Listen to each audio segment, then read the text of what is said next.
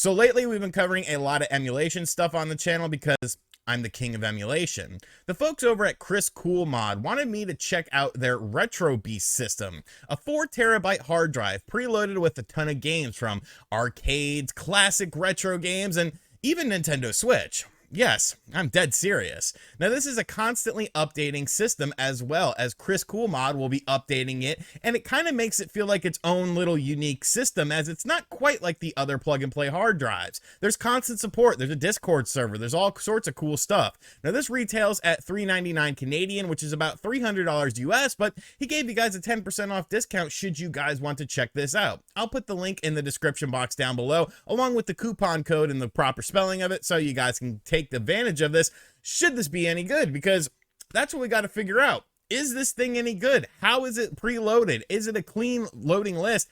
And why is there Nintendo Switch stuff on here? That's what we're going to find out in this video. All right, so here's the interface of the RetroBeast, no relation to Rob Zombie. Hell yeah, I'm the one that you wanted. Hell yeah, I'm the RetroBeast.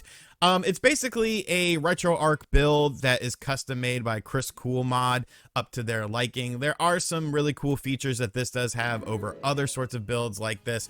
We're just going to go through and show you guys some of the stuff that's available on here. Here's the arcade related stuff. As you can see, there's lots of different branching paths you could go on of groups of games, which I really like, as there are a ton of games on this device. Here is the MAME interface.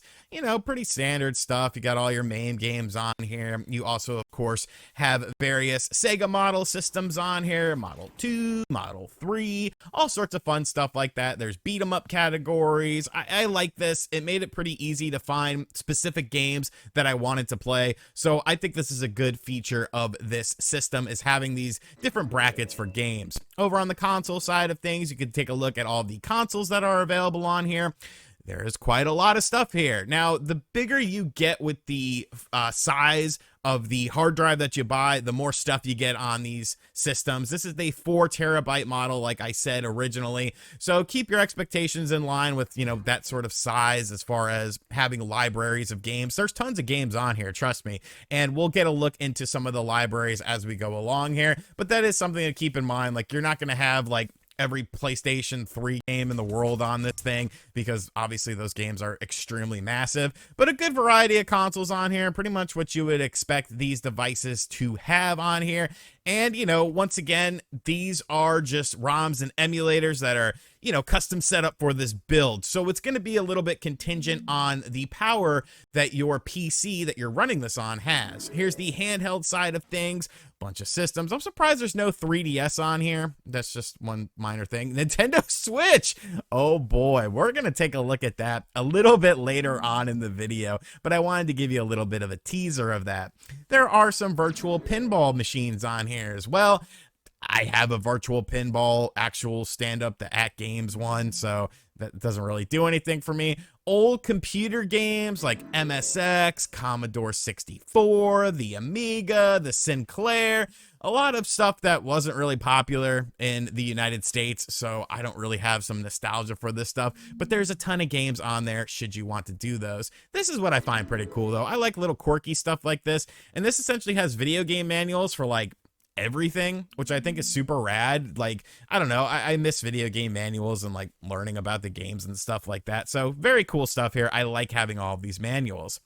So here's a look at the Wii U library of games. You can see a pretty decent selection of games here. Once again, your mileage is going to vary depending on the specs of your computer. Obviously, if you want to run some of these higher end systems, we'll take a look at a Wii U game here, though, just to see how it's running. You simply just select the game and it's pretty much optimized as far as, you know, emulators are concerned. The whole thing about emulation is, you know, setting up the emulators, getting the files, this, that, and the other. But it seems like most of the stuff on here is just optimized straight out of the box. I did have a couple games that I couldn't really get to work well that I tried, but for the most part, I would say 95%.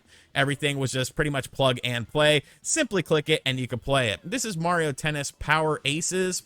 I've never played this before. Kind of like it. I remember this game coming out on the Wii U, and it clearly was just like a cash grab, but it's fun. Like, Mario Tennis games are fun. going all the way back to the damn, you know, Virtual Boy stuff here. So I had a pretty little decent time with this game. It was pretty cool, and I might actually revisit it because I like this whole get big mechanic and then just like hit Luigi with the ball like I'm about to do. I believe it's right here. Bam! Suck it, son. You got hit.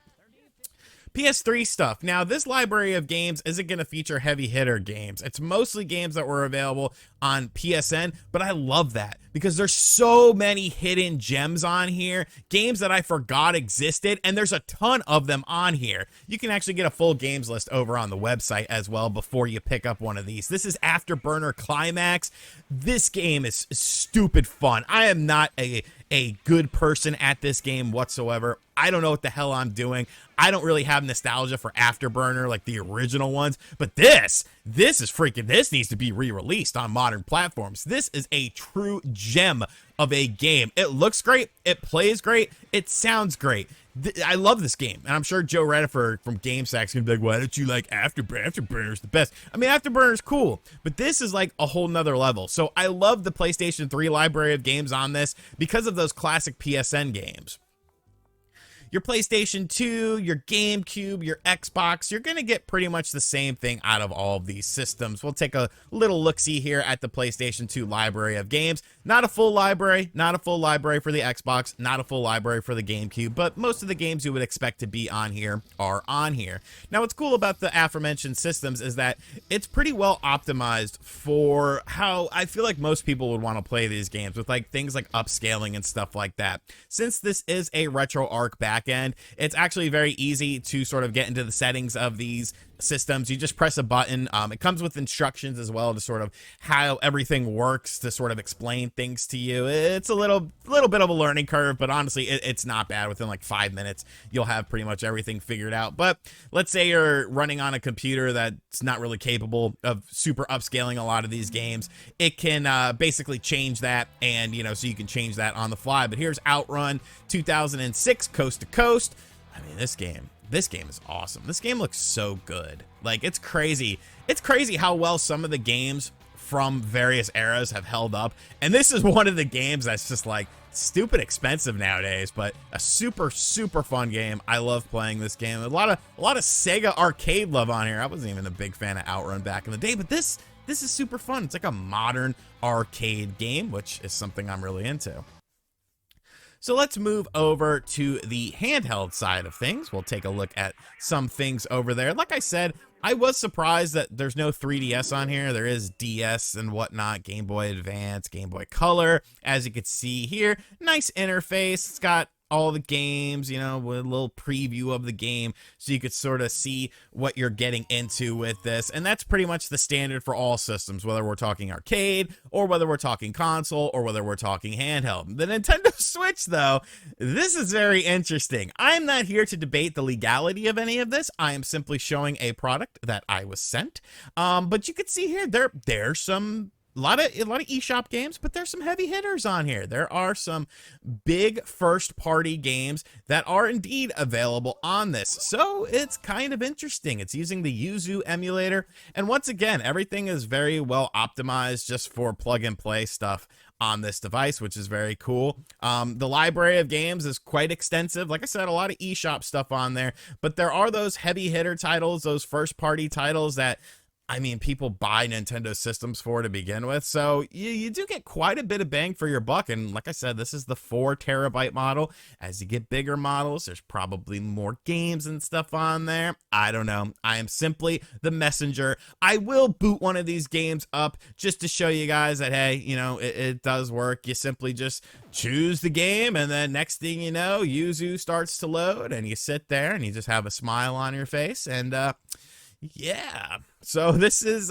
we'll just show the title screen, you know, we won't get anything beyond that. Once again, I'm not legally responsible for this. I am just simply showcasing a device that was sent to the channel. So you get a lot of games on this, and I feel like there are a lot of positives about it, but there are some things that, I don't quite love about it. First and foremost, there is a light gun game section over on the arcade side of things, and for some reason the 4TB model, you can't really do light guns with it. I actually emailed and said, hey, I have a Sinden gun, how do I set it up? And it's just not available on this because this is a build sort of done by Chris Coolmod, and he pretty much has ultimate control over it. Now, that's a good thing, and that's something that maybe some people won't like. If you're a more hands-on style person, I mean, there's other options out there. But if you're someone who just wants like plug and play stuff, you know, this is, I think, a better way to go. It's constantly updated as well. He gives you all the files to sort of download,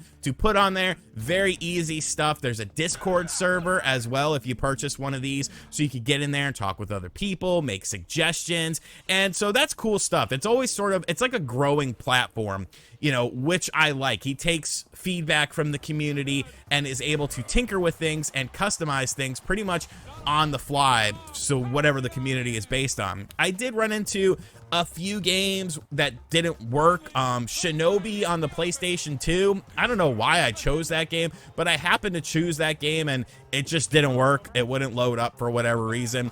I do find Duck Station kind of redundant on the console side of things, because if you're gonna play PlayStation 1 stuff, I feel like you'll just choose the PlayStation 1 emulator, because, you know, it's like I said, RetroArch based, so you can, you know, do all the internal upscaling and stuff like that. But overall, you know, minor quips aside, I think this is a super decent build, and it's a super decent product. If you're just looking for something, you know, extremely plug and play, you don't want to mess around with settings, you don't want to learn about stuff or anything like that, which, you know, a couple months ago, that was me. You kind of get the itch as time goes along, but like I said, it costs about $300 with the conversion rate. It's a Canadian thing, and then, you know, it's like $3.99, which roughly translates to $300, but you do get a coupon code to save some money. Coupon code and information is on the screen. So overall, I definitely really like this product. You know, it's something that I can use this whenever to like record footage of games and stuff. I love being able to play some of the old arcade games that I don't even think about, like this game Wave Runner, which was a Model 2 Sega arcade game. I never played this. I never knew this was a thing. I guess this was their answer to like you know, what the hell, Wave Race. That's the name of the game I'm looking for, Wave Race. So I think, you know, it's very cool. There's a great library of games. Do kind of wish there was light gun support. Come on, Chris, you could give us light gun support. But yeah, overall, definitely very impressive stuff. I'll close this video out with a look at the library of some of the Xbox 360 and GameCube games, because I feel like those are going to be pretty popular systems. But let me know in the comment section down below what you think of this device. And as always, guys, thank you guys for checking out this video. A huge thank you to Chris Coolmods for sending this over to the channel. Like I said, there'll be a link in the description box down below should you want to pick this up with a coupon code to save a little bit of coin.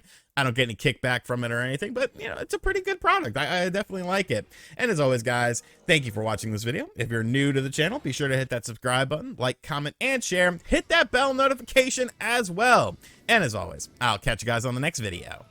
Later.